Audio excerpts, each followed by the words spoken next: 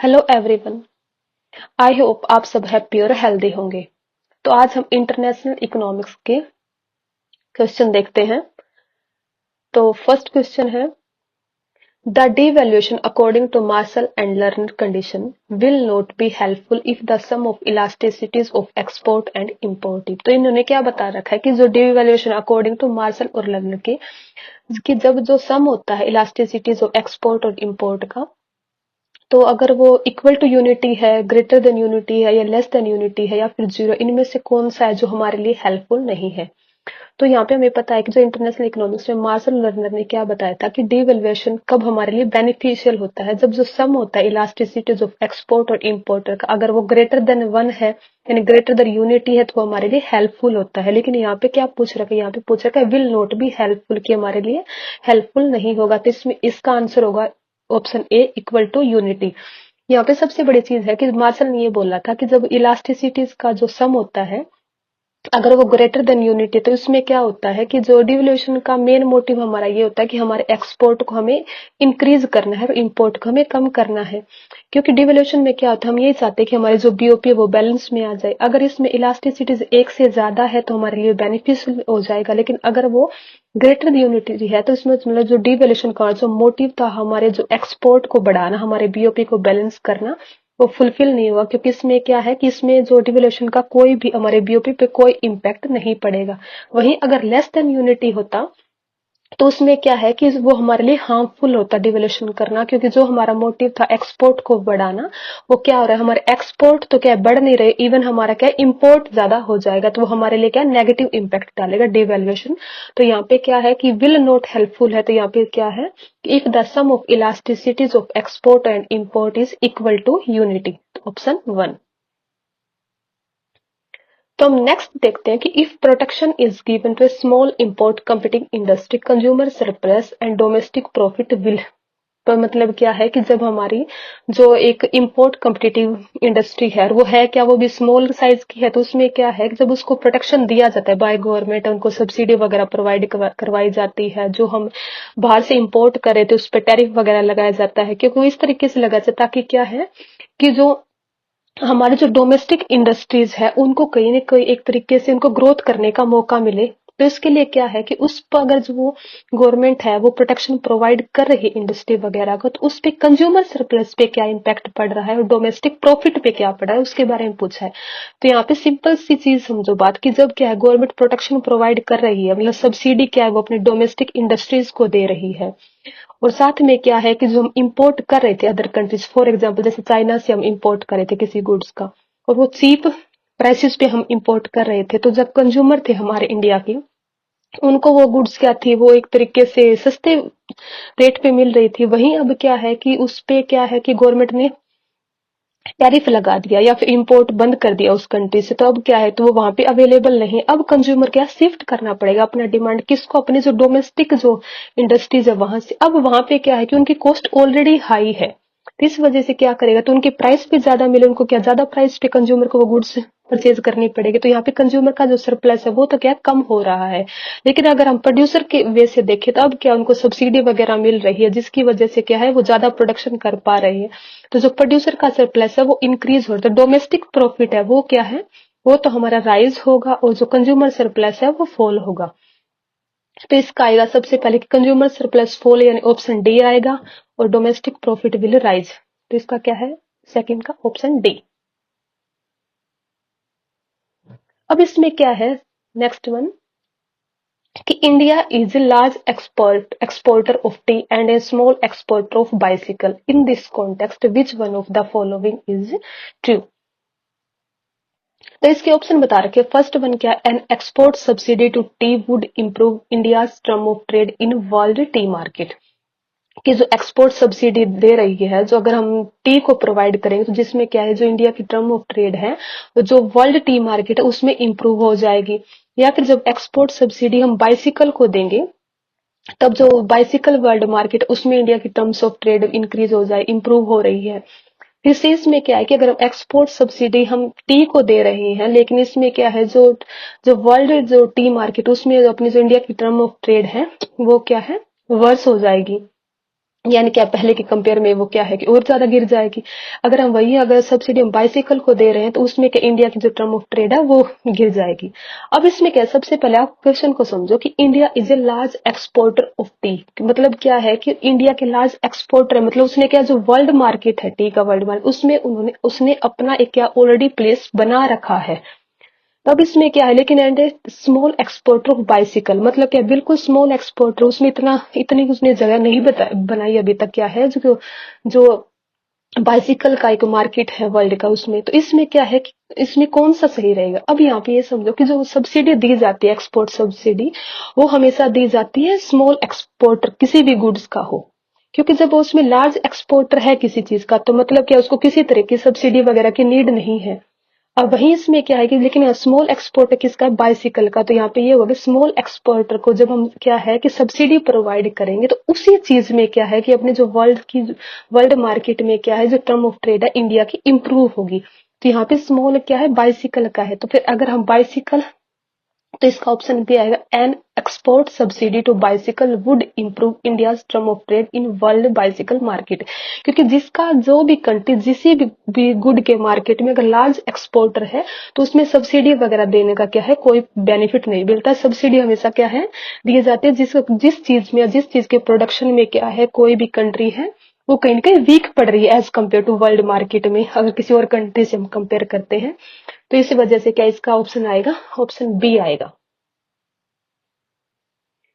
Fourth इसमें क्या है इसमें असर्शन दे रखे a country's balance of payment is always equal to zero, और इसका रीजन बता रखा है आगे कि if a country has a deficit in balance of payment account this must be financed by change in reserve long term capital movement और long term borrowing. तो यहाँ पे अब सबसे पहले तो ये समझो कि एक कंट्री का जो किसी भी कंट्री का जो बैलेंस ऑफ पेमेंट है वो कभी भी जीरो नहीं होता, वो ऑलवेज बैलेंस होता है। और सेकंड इसमें आप ये बात समझो कि हमारे जो बीओपी होते हैं उसके दो पार्ट होते हैं। सबसे पहले एक होता है करंट अकाउंट और एक होता है कैपिटल अकाउंट। वैसे तो इसके 4 पार्ट होते हैं, सेटलमेंट वगैरह है या एरर है ओमिजन है वो तो अलग रह जाता है, लेकिन जो बेसिकली लेके चलते हैं वो करंट अकाउंट और कैपिटल अकाउंट में लेके चलते हैं। करंट हमारा क्या है कि हमारी जो कंट्री को रेगुलेट करने के लिए जिस भी चीज के हमें एक्सपोर्ट या इम्पोर्ट करने की जो नीड पड़ती है, मतलब अपनी इकोनॉमी की जो नीड होती है, जिसको हम ये नहीं देखते कि डिफिसिट है या फिर एक तरीके से अपनी कंट्री को घाटा हो रहा है या कितना घाटा हो रहा है, वो हमारी जो एक इकोनॉमी उसको रेगुलेट करने के लिए मस्ट है। तो वो होता है करंट अकाउंट। और कैपिटल अकाउंट होता है कि जो करंट अकाउंट में जो डिफिसिट हुआ है उसको बैलेंस करने के लिए, कि अगर हमारे करंट अकाउंट में सरप्लस है तो हम क्या करेंगे कैपिटल अकाउंट में क्या है उसको क्या है वहां से हम हटा देंगे कि हम कैपिटल अकाउंट में जो बोरोविंग वगैरह कर रहे थे वो क्या हम उसको लोन रीपेमेंट कर देंगे।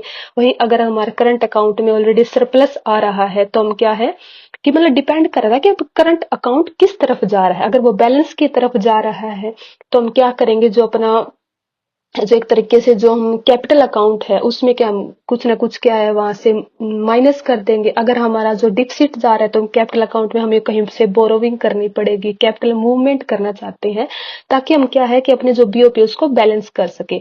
तो वही इन्होंने क्या बता रखा है कि सबसे पहले असर्शन दे रखी है country's balance of payment is always equal to zero. ये बिल्कुल रॉन्ग है क्योंकि कंट्री की जो बैलेंस ऑफ पेमेंट है ऑलवेज क्या बैलेंस में होती है।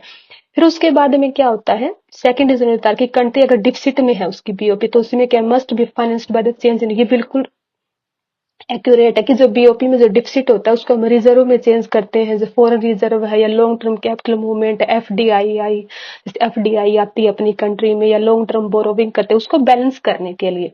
तो जो अपना जो एक तरीके से बीओपी जो करंट अकाउंट हो तो उसमें जितनी भी चीजें आती है उसको बोलते हैं अबोव द लाइन, मतलब जो अपनी कंट्री के लिए जरूरी है उसको रेगुलेट करने के लिए।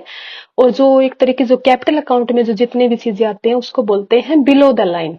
क्योंकि हम क्या करें करंट अकाउंट की चीजों को पूरा करने के लिए कैपिटल अकाउंट में क्या है सरप्लस कर रहे हैं या फिर उसको घटा रहे हैं, वो चीजें इसमें आती है बिलो द लाइन। तो इसमें क्या आएगा कि ए है वो फॉल्स है but R is option D correct होगा।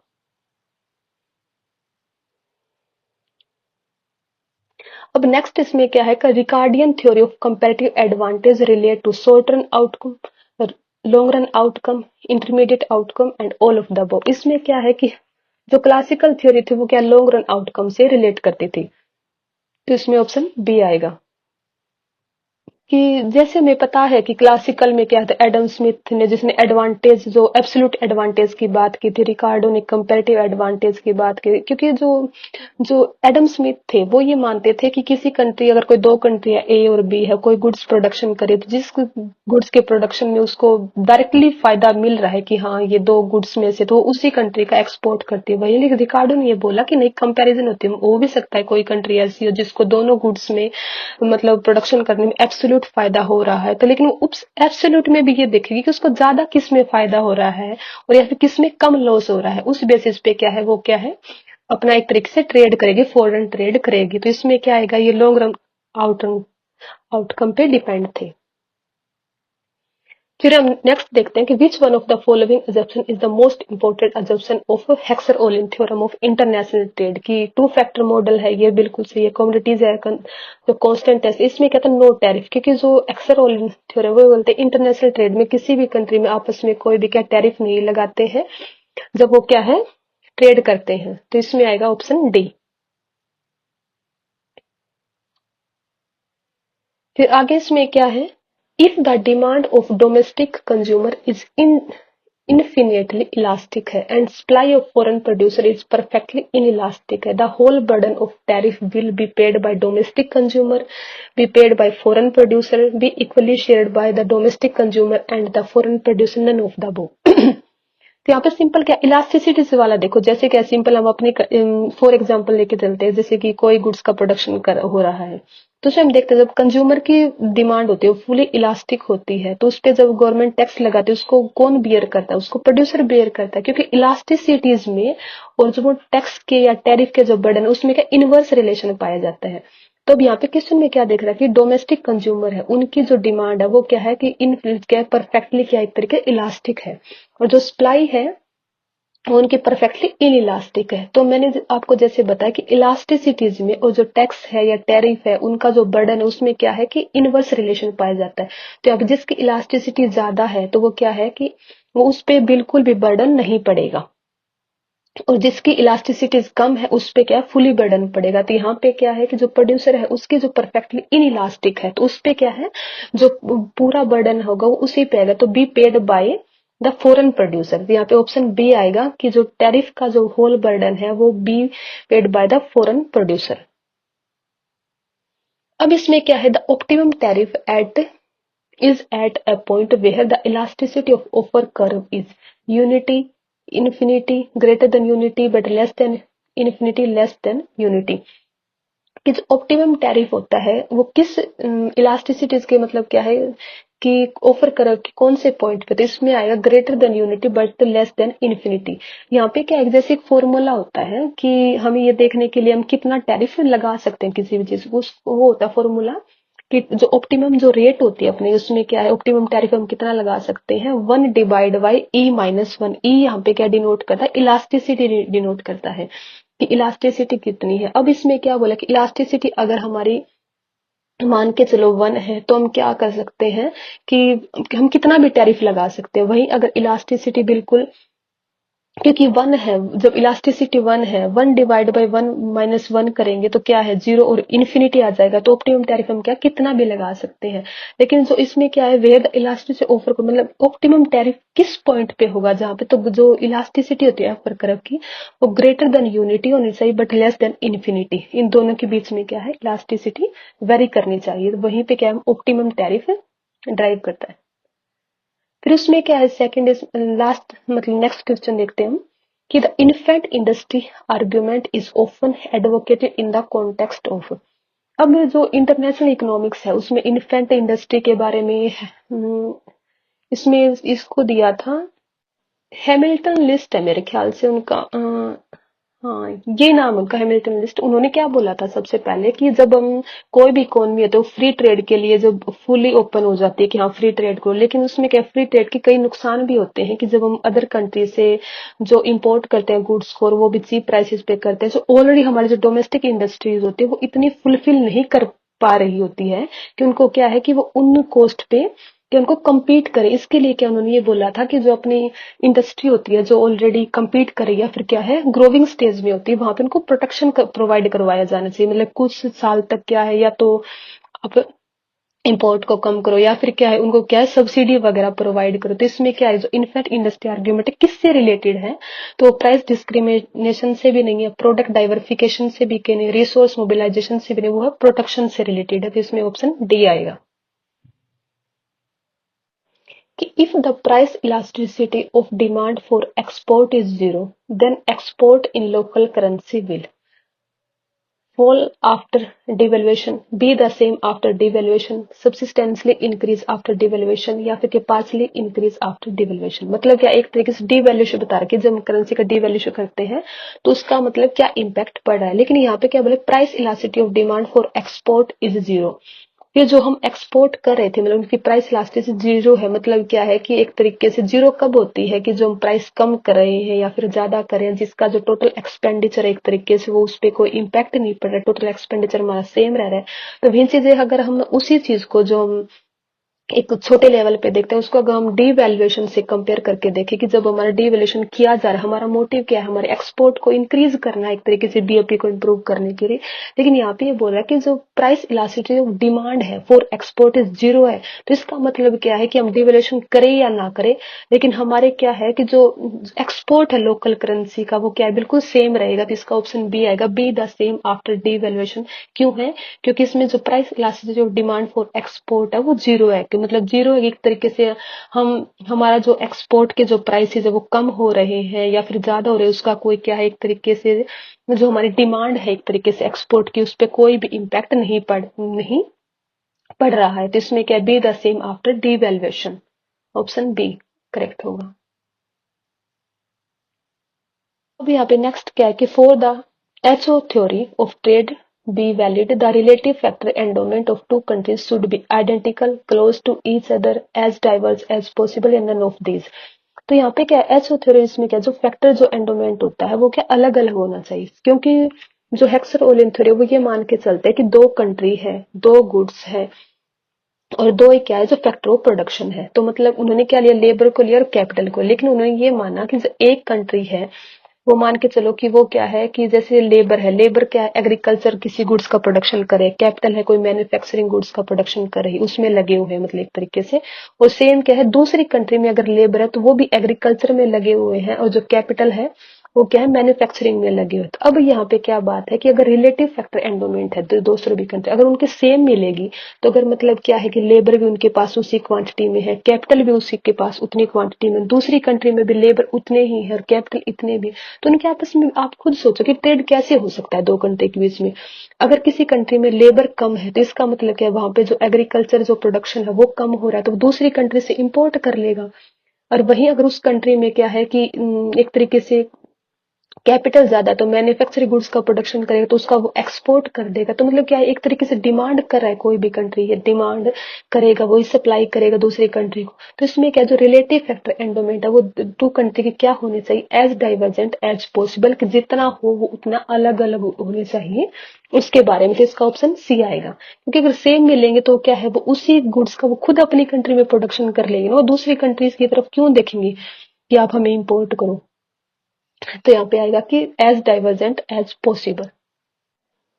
अब नेक्स्ट क्या है कि when income rises in rich countries demand for food and raw material from developing countries goes up dash, whereas their own as well as जो lower developing countries demand for manufacturing goes up dash. इसमें क्या बता रखा है कि जब जैसे rich country है कोई डेवलप्ड कंट्री है, जब उनकी क्या इनकम बढ़ती है तो डिमांड होती है जो मतलब फूड की या रॉ मटेरियल की जो डेवलपिंग कंट्री से मतलब क्या है जो एक तरीके से मंगवाती है, तो उसमें क्या है उस क्या इम्पैक्ट पड़ता है। वहीं अगर जो लोअर डेवलप्ड कंट्री है तो उनकम इंक्रीज बढ़ती उनकी इंक्रीज बढ़ती है, तो उनके जो मैन्युफैक्चरिंग की जो डिमांड होती है तो उस पे क्या इम्पैक्ट करता है। तो मतलब क्या दो कंट्री के बीच में कंपेयर किया क्या है, जो प्रेवियस सिंगर की हमने इंटरनेशनल थ्योरी देखते हुए वो क्या बोलते हैं कि जब हम ट्रेड किया जाता है किसी भी कंट्री के बीच में तो उसमें क्या होता है कि जो जो अंडर डेवलप्ड कंट्री होती है या लोअर डेवलप्ड कंट्री होती है उनकी जो टर्म्स ऑफ ट्रेड होती है वो क्या है वर्ष हो जाती है, मतलब क्या खराब हो जाती है। तो उन्होंने रीजन ये बोला था कि जो जो डेवलप्ड कंट्री होती है उनकी जो इनकम इलास्टिसिटीज होती है, जो मतलब जब उनकी इनकम बढ़ती है तो वो जो अंडर डेवलप्ड कंट्री थी एक तरीके से उनसे जो रॉ मटेरियल मंगवा रही थी फूड मंगवा रही थी वो क्या है रैपिडली मतलब क्या रिलेटिवली स्लो होती है।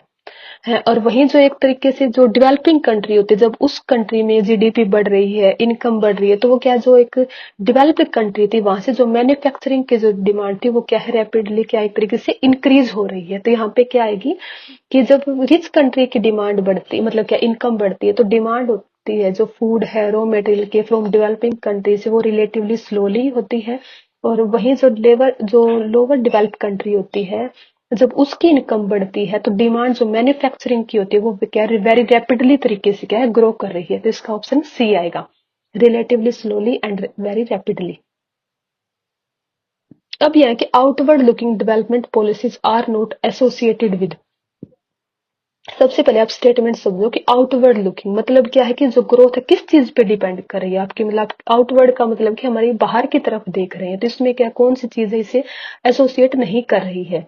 इसे जो स्टेटमेंट से फ्री मूवमेंट ऑफ कैपिटल, ये तो बिल्कुल बात है कि जब हम फ्री मूवमेंट कब होती है कैपिटल की, कि फ्रीली आ सकती है कंट्री में, फ्रीली जा सकते हैं, जैसे FII वगैरह होते हैं, तो वो तो एक तरीके से हमने क्या है, फ्री ट्रेड वाली चीजें होती है कि हमने जो अपनी इकोनॉमी को वर्ल्ड मार्केट के लिए ओपन कर रखा है। फिर ओपन सिस्टम ऑफ कम्युनिकेशन, ये भी बिल्कुल। फिर मल्टीनेशनल एंटरप्राइज, ये भी है कि MNCs वगैरह आती है। फिर लर्निंग बाय डूइंग, ये नहीं, इसका ऑप्शन आएगा, इसका डी आएगा कि आउटवर्ड लुकिंग डेवलपमेंट पॉलिसी किसी एसोसिएटेड नहीं है लर्निंग बाय डूइंग, क्योंकि ये क्या एक तरीके से ये दिखाता है कि हाँ हम खुद काम कर रहे हैं, हम खुद सीख रहे हैं, हम खुद अपनी टेक्नोलॉजी बना रहे हैं, खुद इंप्रूव कर रहे हैं। एक तरीके से क्या इनवर्ड लुकिंग डेवलपमेंट पॉलिसी है, जो कि हम अपने अंदर जो कंट्री के अंदर टेक्नोलॉजी उसी पे देख रहे हैं, अपनी कंट्री के अंदर लेबर है वही यूज कर रहे हैं, जो रिसोर्सेज है वही रख रहे हैं।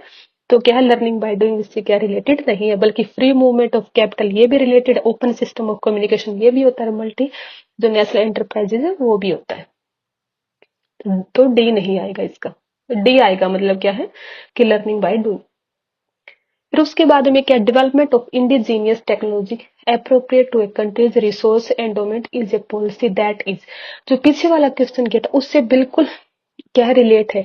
इंडिजीनियस टेक्नोलॉजी क्या होती है, मतलब किसी भी देश की जो अपनी टेक्नोलॉजी है, जो उसने खुद बनाई है, खुद टेक्नोलॉजी का क्या है वो उस पर डिपेंड कर रहा है।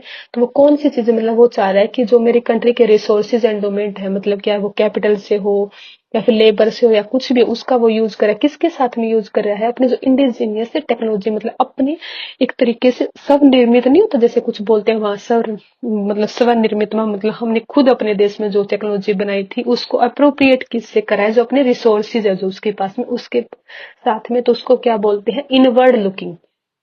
तो इसका ऑप्शन बी आएगा। फिर नेक्स्ट क्या है, the less elastic the foreign supply curve the dash the optimum tariff rate. तो यहाँ पे या सबसे पहले अगर क्या है, जो foreign supply curve less elastic है, तो ऑप्टिमम टैरिफ क्या लगा सकते हैं, हमें लोअर ही लगाना पड़ेगा उस पे। क्योंकि क्या है, इसका मेन क्या है कि हम टैरिफ कितना ही लगाए लेकिन जो फॉरेन सप्लाई है उस पे कोई इम्पैक्ट नहीं पड़ रहा है, तो वो क्या करेगा कि हम कुछ भी कर ले, कुछ चेंज तो आ ही नहीं रहा, तो हम क्या करें, ऑप्टिमम टैरिफ रेट होती है वो हमेशा इसमें लोअर ही आएगी, कि अगर less elastic foreign supply curve है तो इसमें जो ऑप्टिमम टैरिफ रेट है विल बी लोअर। क्योंकि जो इलास्टिक अगर सप्लाई कर्व है तो उसमें अगर क्या है, तो हम हाई जो ऑप्टिमम टैरिफ रेट लगाएंगे, अगर इन इलास्टिक सप्लाई कर्व तो लोअर ऑप्टिमम टैरिफ रेट लगाते हैं। कि इलास्टिसिटी का और क्या है, एक तरीके से उसमें जो ऑप्टिमम टैरिफ रेट का क्या है पॉजिटिव रिलेशन दिखा रखा है, कि इलास्टिक सप्लाई कर्व के साथ में क्या है, उसमें क्या, अगर इलास्टिक है तो हम हायर ऑप्टिमम टैरिफ लगेंगे, अगर इन इलास्टिक सप्लाई कर्व तो लोअर ऑप्टिमम टैरिफ रेट लगाएंगे। फिर आगे क्या, a country is dash if it has a higher ratio of labour to other factor than does the rest of the world, capital deficient, labour intensive, labour abundant, all of the above. यहाँ पे क्या है, सबसे पहले तो आप ये समझो कि इसने पूछा क्या है। अगर हम वैसे ये देखते हैं कि कैपिटल डेफिशिएंट क्या मतलब क्या होता है, कि वो जिस कंट्री में क्या है कि जो कैपिटल है वो कम है। लेबर इंटेंसिव क्या, कि किसी गुड्स का प्रोडक्शन किया जा रहा है उसमें क्या लेबर का ज्यादा यूज किया जा रहा है, कैपिटल का कम किया जा रहा है।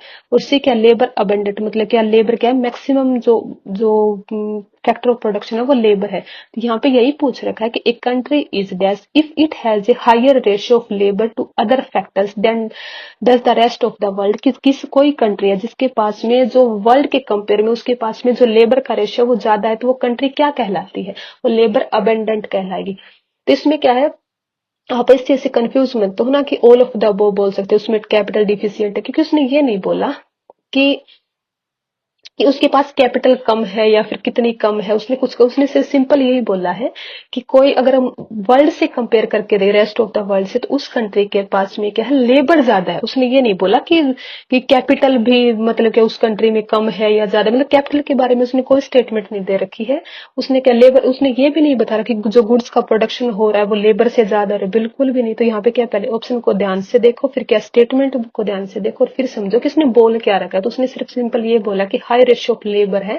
अगर हम वर्ल्ड के उसके साथ कंपेयर करके देखते हैं तो लेबर अबंडेंट आएगा, इसका ऑप्शन सी आएगा। अब नेक्स्ट देखते हैं, Linder's representative demand hypothesis state that as countries per capita income grow its representative demand pattern causes an dash in domestic production of certain luxurious resulting in या a an dash in cost of these luxuries giving the countries a new comparative advantage for export। क्या है कि जो S B Lindner ने theory दी थी international trade की 1961 में, और उसने क्या है कि उसने कोऑर्डिनेट किया कि जो ट्रेड होता है वो अपनी क्या है, किसी भी कंट्री की नेशनल इनकम के साथ में कनेक्ट होता है। कि कोई भी क्या है कि सबसे पहले कि जो एक देश होता है वो उन्हीं वस्तुओं का क्या उत्पादन करेगा जिसमें उसकी क्या डोमेस्टिक डिमांड होती है, और उसी का क्या फिर एक्सपोर्ट कर देगा। तो मतलब क्या है कि एक्सपोर्ट कैसे करेगा, मतलब मान के चलो कि किसी कंट्री की जो नेशनल इनकम है या फिर मतलब जितनी भी उसकी इनकम, उसके अकॉर्डिंग उसने गुड्स का प्रोडक्शन किया। जब वो बनाया तो उसने क्या, उस जो गुड्स थी उसके पास उसने ज्यादा बना ली। अब क्या है, जो ज्यादा बनी है उसकी जो प्रोडक्शन है, कुछ तो उसने क्या डोमेस्टिकली कंजप्शन कर ली गई लोगों ने, जो बच गई उसको क्या एक्सपोर्ट कर देगा। क्योंकि वो ये मान के चलता है कि जो मतलब किसी भी कंट्री की जो डिमांड होती है वो उसकी क्या है, उस कंट्री की पर कैपिटा इनकम के जो नेशनल इनकम उस पर डिपेंड करते हैं। उसी को क्या बोलता है, वो रिप्रेजेंटेटिव डिमांड बोलता है। तो यहाँ पे क्या है कि अगर किसी कंट्री की पर कैपिटा इनकम है या फिर जो नेशनल इनकम है वो इंक्रीज होते हैं, तो वहां के जो जो एक तरीके से जो लोग होते हैं वो क्या हाई क्वालिटी की गुड्स की क्या डिमांड करेंगे। लेकिन साथ में क्या वो अज्यूम करके चलता है कि जो अलग अलग कंट्री है वहां पे क्या है कि जो प्रीफरेंस होती है वो सिमिलर होती है। मतलब क्या है कि अगर मान के चलो कि जैसे अपनी कंट्री में ये नहीं कि सब अमीर है तो अमीर है, मतलब कि अमीर भी है गरीब भी है, तो हमारे जो जो डिमांड है उसमें भी डाइवर्सिफिकेशन पाई जाती है कि जो अमीर है वो ज्यादा हाई क्वालिटी गुड्स का क्या डिमांड करते हैं, वहीं पे जो मीडियम क्लास की है वो थोड़ी सी क्या है, मतलब क्या एक तरीके से क्या डिफरेंस पाया जाता है डिमांड में। डिपेंड करता है कि अपनी पर कैपिटा इनकम कितनी है। उसी चीज को क्या है ओवरऑल वर्ल्ड पे अप्लाई करते हैं कैश बिलिंडर की। जो हर एक कंट्री उसमें क्या प्रीफरेंस में कहीं ना कहीं सिमिलरिटी पाई जाती है कि जो अपनी कंट्री में जो प्रोडक्शन किया जा रहा है उसका किसी और कंट्री में भी लोग डिमांड कर रहे हैं, वैसी ही गुड्स का उसी प्राइस पे क्या अफोर्ड कर सकते हैं। और वहीं क्या है कि लेकिन अनइक्वल मतलब मतलब क्या है कि जो इनकम होता है उसका अनइक्वल डिस्ट्रीब्यूशन पाया जाता है कि लोग अमीर भी मिलेंगे गरीब भी मिलेंगे। तो वही क्या है, वैसे क्या है वो उसको वर्ल्ड पे अप्लाई कर रहा है कि इनकम क्या है, किसी कंट्री में क्या है, कुछ एक लोग है वो ज्यादा अमीर मिलेंगे, कुछ एक है वो कम, मतलब क्या एक तरीके से उनकी क्या इनकम कम मिलेगी। तो इसी चीज पे क्या है वो इस चीज को क्या है थियोरी में लेके चलता है कि जो लिंडर बोलता है रिप्रेजेंटेटिव डिमांड होती है, मतलब जिसको हम पर कैपिटा इनकम से मतलब कि उसके साथ क्या है कंसिडर करें नेशनल इनकम के साथ में कि किसी की कंट्री की जो पर कैपिटा इनकम होता है वो ग्रो करती है। तो रिप्रेजेंटेटिव डिमांड का जो पैटर्न होता है काजिज के मतलब क्या करेगा, एक तरह से क्या कारण लेके आएगा, तो मतलब उसकी जो पैटर्न डिमांड का तो वो एक्सपेंशन करेगा उसकी डोमेस्टिक प्रोडक्शन में सर्टेन लग्जरियस रिजल्टिंग, जिसकी वजह से क्या होगा कि क्या रिडक्शन आएगा इन कॉस्ट में of these luxuries giving the countries an competitive advantage of export. कि मतलब क्या जो पर कैपिटा इनकम बढ़ने की वजह से वो लग्जरियस गुड्स की डिमांड करेगा, कुछ क्या है कुछ की तो वो डिमांड कर ली जाएगी, जो बच जाएगी उसको क्या एक्सपोर्ट कर देगा। तो यहाँ पे आएगा ऑप्शन बी एक्सपेंशन और रिडक्शन। ये एस बी लिंडर ने दी थी 1961 में, जिसमें उसने क्या पर कैपिटा इनकम को और जो अपनी जो नेशनल इनकम उसके साथ क्या ट्रेड को कनेक्ट कर दिया कि जैसे लोगों की जो डिमांड किस पे डिपेंड करती है पर कैपिटा इनकम पे, उसी को उसने रिप्रेजेंटेटिव डिमांड बोल दिया। तो नेक्स्ट देखते हैं कि which of the following is not a condition for the emerging growth. इसमें क्या है, ये इमर्जिंग ग्रोथ के जो कंसेप्ट दिया था वो दिया था जगदीश भगवती ने दिया था, और वो दिया था 1958 में दिया था उन्होंने। तो उन्होंने क्या बोला कि सबसे पहले कि इमर्जिंग ग्रोथ मतलब इसको हिंदी में बोलते हैं संतापकारी वृद्धि बोलते हैं। तो मतलब उन्होंने ये बताया था कि जो डेवलपिंग कंट्री होती है उसमें क्या होते हैं कि उनका जब जो ट्रेड किया जाता है फ्री ट्रेड के लिए अपनी इकोनॉमी को खोल देते हैं, तो उसमें क्या होता है कि उनकी जो टर्म्स ऑफ ट्रेड होती है वो और ज्यादा खराब हो जाती है। तो उन्होंने सबसे पहले इसमें क्या, इसमें क्वेश्चन में पूछा कि नोट ए कंडीशन, कि कौन सी कंडीशन नहीं है। तो सबसे पहले देख लेते हैं इसमें क्या, कि countries growth must be biased towards export sector. ये बिल्कुल होती है, क्योंकि जो जो भी कंट्रीज में जो बात करे जिसकी इमर्जिंग ग्रोथ की बात, तो उन्होंने ये बोला कि उस कंट्री की जो ग्रोथ होती है वो मतलब एक तरीके से एक्सपोर्ट सेक्टर पे डिपेंड करती है। मतलब वो कंट्री ये सोचती है, डेवलपिंग कंट्री, कि जब मैं अदर कंट्री को अपना एक्सपोर्ट इंक्रीज करूंगी, उसके साथ में क्या उसकी क्या है जीडीपी है, या मतलब उस कंट्री की ग्रोथ है वो इंक्रीज होगी। मतलब एक तरीके से वो फुली डिपेंड किस पे है, एक्सपोर्ट पे ही, सेक्टर पे डिपेंड है। तो ये तो इसके क्या है कंडीशन होती है। फिर सेकंड क्या है कि foreign demand for countries export must be price in elastic. जो मेन इसका जो जिस्ट होता है वो यही आता है कि जो जगदीश भगवती बोल रहा है कि इमर्जिंग ग्रोथ क्यों बन जाती है जब एक कंट्री क्या है अपना जो एक्सपोर्ट करती है, फ्री ट्रेड की इकोनॉमी को खोलती है। उसका रीजन यही होता है कि जो फॉरेन डिमांड होती है उस गुड्स की, तो वो प्राइस इन इलास्टिक होती है। मतलब क्या है, अगर वो मतलब सप्लाई कर रही है और उसके जो प्राइस सप्लाई ज्यादा होने की वजह से प्राइस गिर रहे हैं, लेकिन फिर भी क्या है उसकी जो डिमांड है वो इंक्रीज नहीं हो रही। क्योंकि होता क्या है कि सिमिलर ये होता है कि जब किसी गुड्स की प्राइस कम होती है उसकी डिमांड बढ़ती है, अगर हम डिमांड सप्लाई के कंसेप्ट में देखते हैं। लेकिन यहाँ पे क्या है कि जब सप्लाई क्या है, वो जो डेवलपिंग कंट्री होती है वो अपने अपने गुड्स की जब सप्लाई बढ़ाती है, तो उसमें क्या होता है उसका उल्टा है कि उसकी क्या डिमांड है और भी कम हो जाती है। इसका रीजन क्या है कि जो प्राइस जो इन इलास्टिक होती है वहां पे क्या फॉरेन डिमांड, तो ये भी होती है। थर्ड क्या बोलता है, foreign demand for countries export must be price elastic.